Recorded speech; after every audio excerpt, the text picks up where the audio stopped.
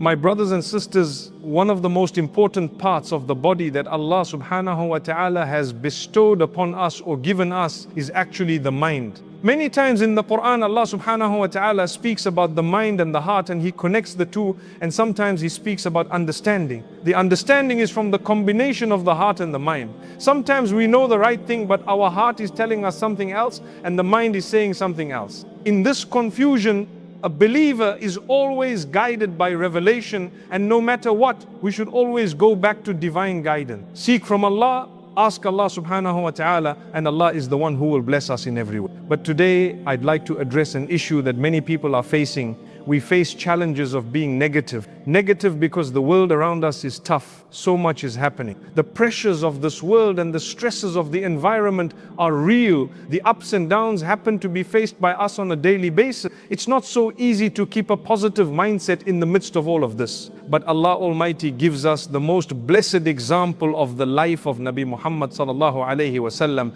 having told us that He chose him, a chosen one, the chosen one, the highest of all of them and the best of creation. We say the best of creation, the most noble of all prophets of Allah subhanahu wa ta'ala. But do you know, from a very young age, he went through challenges and there was always a positive mindset no matter what.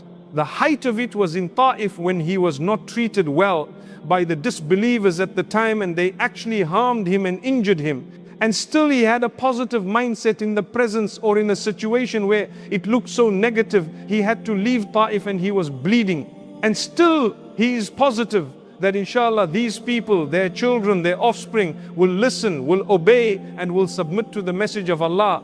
So this type of positivity is part of the sunnah of the Prophet Muhammad sallallahu alaihi wasallam. And therefore we need to develop our minds in a way that we always think good. We always have blessed thoughts. We always try to look at the positives. In Islam, we are taught of something known as husnul dhan. Husnul dhan is one of the categories of having a positive mindset.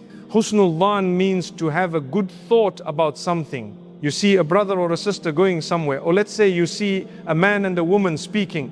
The world today wants you to immediately think negative and immediately start the gossip. And nowadays with WhatsApp and social media, there is no shortage of gossipers. But at the same time, Allah wants you to think positive. So what? Allahu Akbar. What does it cost you to think positive? In all honesty, it will benefit you to think positive. If I made a mistake thinking positive, I'm rewarded.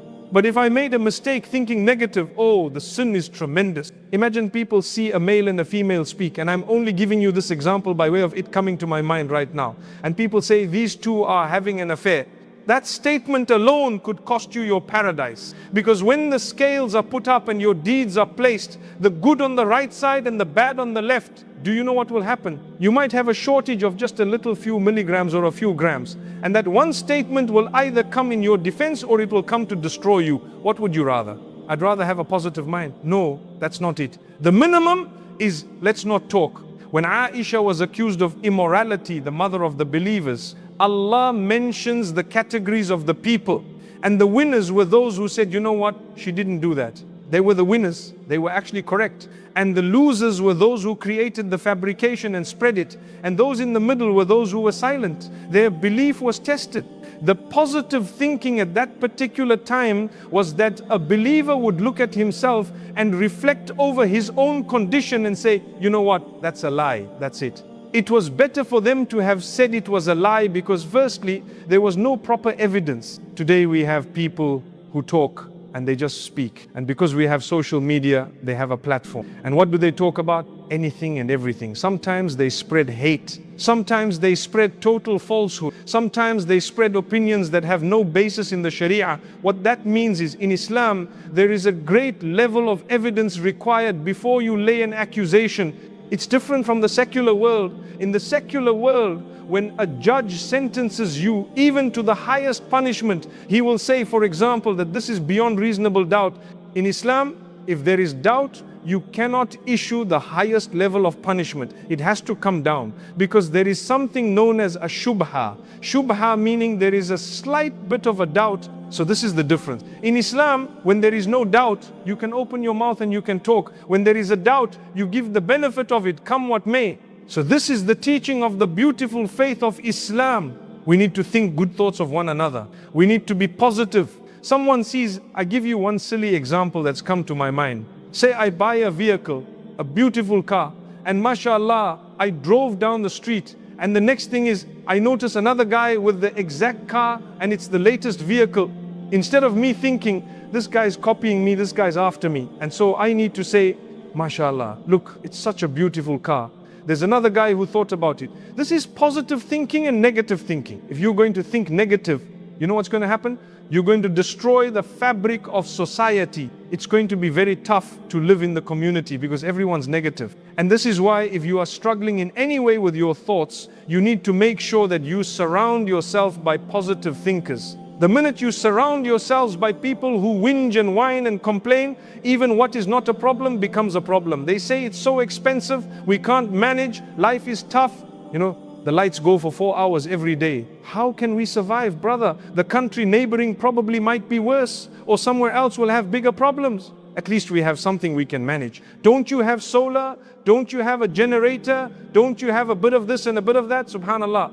So why don't we look at the positives instead of the negatives? People say, you know what, my salary is less. What about those who don't have a job? You follow? People come and they say, you know, I can't afford things anymore.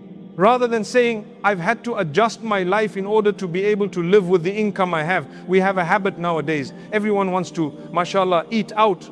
And eating out is neither a good thing nor a bad thing. It's up to you, your affordability. As long as the place is halal, things are okay. There is permissibility. I'm not going to encourage or discourage. But what I am going to say, does it fit your pocket? That's what it is. Because people want to go and have whatever they want and develop habits that they cannot afford. And then they complain about not being sustained by Allah. When Allah Almighty has already promised you that your basics is on me, Allahu Akbar. وَمَا مِن دِبَّةٍ فِي الْأَرْضِ إِلَّا عَلَى اللَّهِ رِزْقُهَا. We've read this verse so many times that there is nothing that moves on earth except that its sustenance is upon Allah. That doesn't mean, where is my million? It means Allah gives you the basic you need, the food, clothing, and a place to stay. Or a place that Allah subhanahu wa ta'ala has chosen for you at the time. Some people might be homeless, but guess what? They will find shelter even under a tree. It doesn't mean they don't have anything. They have a tree under the tree. Yes, it is not an acceptable level according to us as human beings. We will help them. We will try and get them out of there. But in the interim, you either have a positive mind or a negative mind. The positive mind is, you know what? I don't have a place. I'm staying under the tree. All my belongings are here. Alhamdulillah, it is safe. Oh wow, look at that. I'm looking at the safety aspect. Because imagine if there was the same tree, but it was not safe, then what?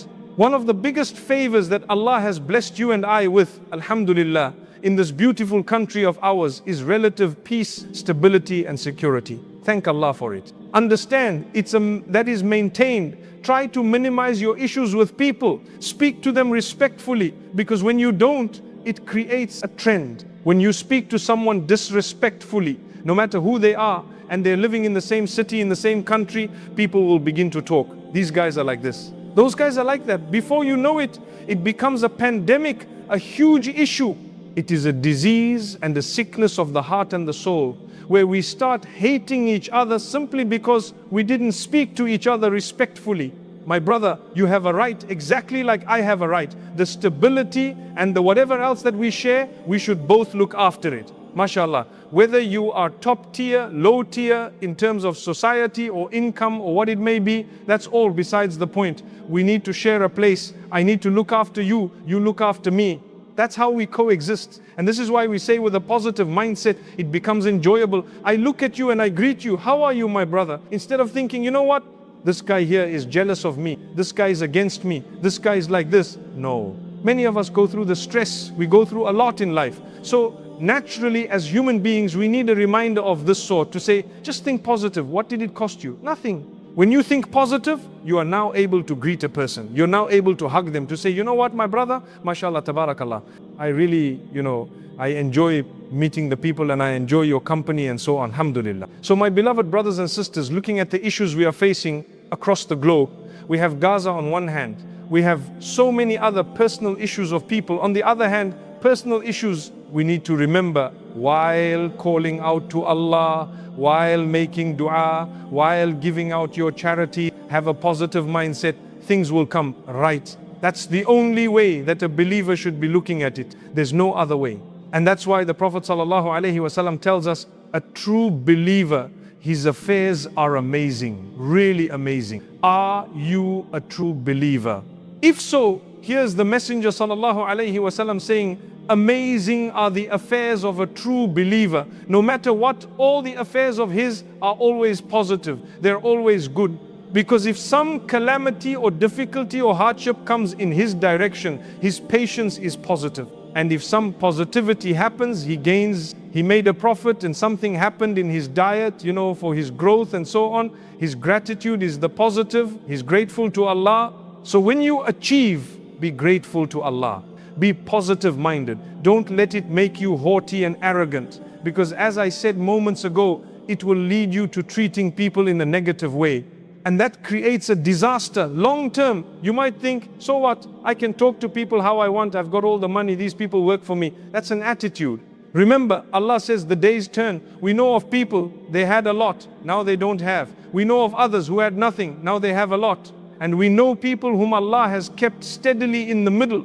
All that is a favor of Allah or a test from Allah. It's up to us to understand that positives and negatives will occur in all our lives. But we are the ones. Surround yourself with people who will talk to you and remind you, brother, don't worry, we're in it together. I remember there was a time a few years ago, we were going through some really, really challenging times in this country. And I remember talking to some people and saying, don't worry, because we are together, it feels less. The burden is less. Is that not true? When you and I both do not have electricity, what happens? We talk about it and have a laugh. There was a time we used to queue for some basics like bread and milk and so on. In the queue, we got to know people. We used to queue for what? For fuel. The queue, mashallah, we got to talk to people. We got to know people. We didn't know. I remember people who used to queue overnight, and some of them used to park their cars there and whatever else. And subhanallah, things became easier and easier. But guess what? The complaints became more and more. This is man. Allah says, you know what? Is it not about time that you stop complaining and start thanking Allah? Look at it from a positive way. Allahu Akbar.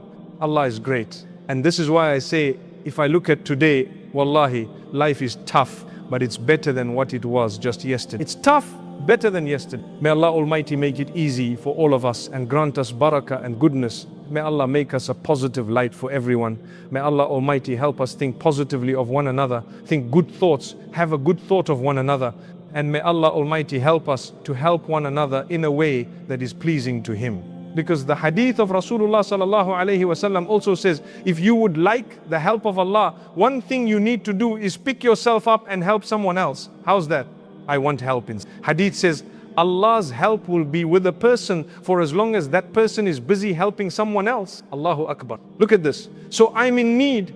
Allah saying, you know what? Have a positive mind. Look at those in greater need. What does it do to me? It makes me think, hey, guess what? A few days ago, I was somewhere and there was a person who just got a handout of an amount of money. And immediately I witnessed someone was asking for money. A few minutes later, and this person took out a portion of what they were just given a moment ago and gave it out and said, you know what? This is a cause. They need more than I do. And in my mind, I'm thinking, subhanallah, may Allah bless them in abundance, in abundance. And I want to end with a small example of this. You see, Allah Almighty watches. He sees, He knows. Guess what? He is the owner of everything, including you and I. He's the owner. He owns us. He created us. So He's watching. Imagine you, a little tiny creature of Allah. In the eyes of Allah, we are like a speck, right? And Allah's watching. Allah says, okay, I gave this guy, let's see him walking. Now you're busy walking. You're either going to walk big or you're going to walk humble. And the cause comes, someone is asking something, or you found out about someone in need or something, someone struggling, and you're looking and you're thinking to yourself, should I or shouldn't I?